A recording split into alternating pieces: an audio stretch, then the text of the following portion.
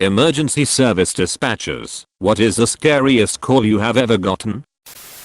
One of the first calls I ever took. Woman calls up and asks about the process of filing a restraining order. She discusses how her boyfriend has been abusive and controlling. Mid-conversation the doorbell rings. She puts me on hold, opens the door, and I hear yelling. Guy barges in and starts beating on her, and I'm sitting there helpless listening. Because I didn't have her address yet. Luckily, I did have her name, and within a few minutes we got her address and got help to her. She was pretty badly injured but lived, and he is still in jail. That call made me doubt myself and if I was in the right profession. But I stuck with it, and it has been a very rewarding, though sometimes sad, profession. One that always sticks with me is the guy who phoned to tell me he'd shot himself in the head. He was slurring his words and sounded drunk. But no. He'd actually shot himself in the head and was dead by the time the crew got there. That was a weird one to get my head around. I also took a call from a 15-year-old kid who came home from school to find his dad hanging. So I had to basically ask him if he was cold. Could he cut him down? Or the usual, while this poor kid was panicking to hell. And then the kid stops answering my questions. And the dispatcher next to me gets the emergency call from the neighbors saying they don't know what's going on. But there's a kid standing in the street just screaming. I think about that poor kid a lot. And I absolutely detest his father for doing that to him. When he knew his son would be the one who'd find him. Probably the other one that stands out is the call from the woman who'd just been raped. She'd been coming home from a club. And someone had pushed through her door behind her as she unlocked it.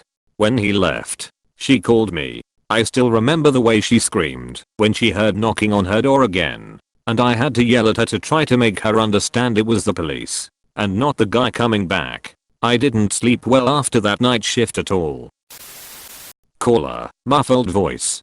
Me, I can't understand you. What's the location of the emergency? Caller, sounding clearer. Like Kermit the Frog *** GIVES address, I'm going to hang myself. Me, sir. We can help you. Talk to me. What's been happening? Caller, I just want you to move my body before my family get back. Me, please. There's nothing that can't be. Crack gargling silence. I had to stay on the line until I heard police on scene. He had a hands-free kit on. I wasn't even allowed 5 minutes break. I had a breakdown after. I can't describe those sounds. Haunts me to this day.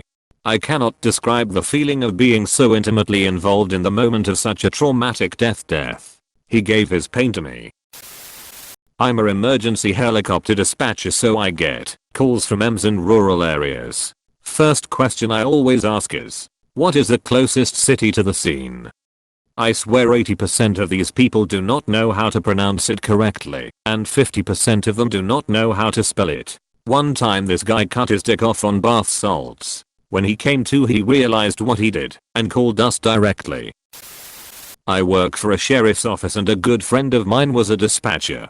I stepped outside one day for a smoke and my buddy was standing there shaking and crying. I asked him what was wrong, and he told me that he had just dispatched a call for his best friend. His friend was a former army sniper and had only been out for a few months. He was a volunteer firefighter and was responding to a house fire. Rolled the truck and had been decapitated. Guy had 5 young daughters. Was a 911 operator for 10 years. Scariest is probably different than worst. My scariest was an active shooter in a high-rise. Just sitting on the line trying to give the best direction so everyone makes it out okay. From the last time I answered this, a woman called, screaming her head off, that she had driven into a body of water. Her car was filling up with water. She couldn't open the door. She didn't know where she was, etc. Kids in the car. We're all going to die. Meanwhile I'm like, what the fuck do I do now? Try to find out details about where she is. We know she can see a massive shopping center, but it could be anywhere even remotely close to that. Local units all fan out to the different large ponds/streams etc. It could be. Call the Coast Guard and Marine Support units to help. Try to find out what kind of body of water it is, how big it is etc. And she is just too panicked to answer any questions whatsoever. Managed to get the registration of her vehicle and that was it. Turned out she had driven into a flooded road, flooded from rain. Not anywhere near an actual body of water. Absolutely zero danger of the water going past her knees. Posted this before. Our 3-year-old was at a campground with her family and they let her out of their sight for 20 seconds and she wandered down to a creek and drowned. Her mom found her and her father called in. While I was getting details from the understandable distraught father, a random guy camping there was doing CPR managed to resuscitate her. I can't imagine how her parents felt, but it was like physical weight being lifted off of me. My sister works as a dispatcher. Her first week on the job, she had a man call in, saying he was going to kill himself. He told her that she couldn't do anything to change his mind. He was simply trying to let her know where he could be found. She heard the gunshot through the call. Second one, she had a little girl call in because her dad was unresponsive. She knew that CPR would likely save this man, but the daughter wasn't grown enough and didn't have the strength to perform it effectively. My sister had to tell her to leave the room because the longer that girl stayed in there trying fruitlessly to save her father, the more scarred she would become by the experience of watching her father die. Not a dispatcher but a paramedic, but a man called saying his mom had severe chest pains. So we head over to their address in a hurry. However, there was no mom, just the caller waiting for us and then robbing us at gunpoint saying, "We were going to kill us." He just wanted the drugs, but was quite shocking still. Always going through my mind when entering some shady neighborhood. I think the most genuine terror comes from child callers. I had this 5-year-old call in that her dad was growling and wouldn't wake up. Okay, agonal breathing. Probably a heart attack, scrambling to get a confirmed address for EMS. PD dispatched to unconfirmed address. Finally confirm the address and start giving directions on CPR. Nope, she will not touch him because she is scared, then bursts into tears. Luckily PD arrived just after she refused and they were able to do CPR until EMS arrived. 911 dispatcher here for a large city. I get a little bit of everything and mostly it's BS. But one that stuck with me was something recently. A man called in frantic and it was really hard to get him to calm down. He told me his 35-year-old girlfriend was unresponsive and not breathing. I immediately started giving this guy CPR instructions and he kept screaming, I'm sorry my love." Tough morning for the guy, no doubt. It hit me that he could have been responsible or the last thing he ever said to her was not pleasant. Never followed up on the call. In this line of work, it's on to the next one. Too busy to think about it. I have millions of people depending on me not to let the last call affect the next one. I don't know what happened other than she was a doer. Didn't hit me until the next day. My god. That scream was deafening. All I know is there was more to the story. I could hear it in his voice. Please. I've heard people shot in real time. Parents trying to revive their dead kids first thing in the morning. But this for some reason hit me.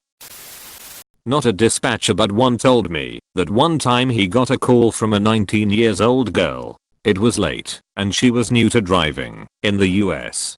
Her car slipped on black ice and went over the bridge. Her car sank in the river and she called 911 and he received it. He tried to keep her calm. Poor girl was an au pair from same country in Africa. She was crying because she was going to die in a foreign country and to make things worse she didn't even know where she was. They couldn't find her fast enough. The dispatch even remembers her last words, tell my sister I'm sorry I left. This story haunts me to this day. And I'm also an au pair. I worked as a jailer for a while after getting out of the Marines. We had a dispatcher who had 2 kids. Both boys, one a pose that was always in jail, the other younger, troubled and riding a dangerous line. She got the call one night that her younger son got shot twice in a drug deal gone wrong at a public park where he was playing ball. He was dead before the helicopter got in the air most likely. The dispatch center was connected to the jail where she had to work less than 50 yards from the man who shot her son. She was pretty tore up. Call came in and was flagged as a frequent caller on the ass end of a very rural county. The dude was just screaming. We couldn't make out anything he was saying, but we had his address and sent every available unit we had. After a while the screaming started to die down and his breathing got very labored. He wouldn't talk to us, but he just kept muttering. After a few minutes we realized he was praying. Few minutes later deputy arrived on scene. Heard him check in on scene and also heard him on the line. First noise I heard was him vomiting. Turned out the dude had been working on his car and the lift collapsed. The guy wasn't under the car, but was between it and a tree when the car started rolling. He was impaled on a branch and pinned between the tree and car. Dude lived. He's a quadriplegic but he's alive. First legit 911 call he ever made and everyone took their sweet time getting there because it was usually nonsense.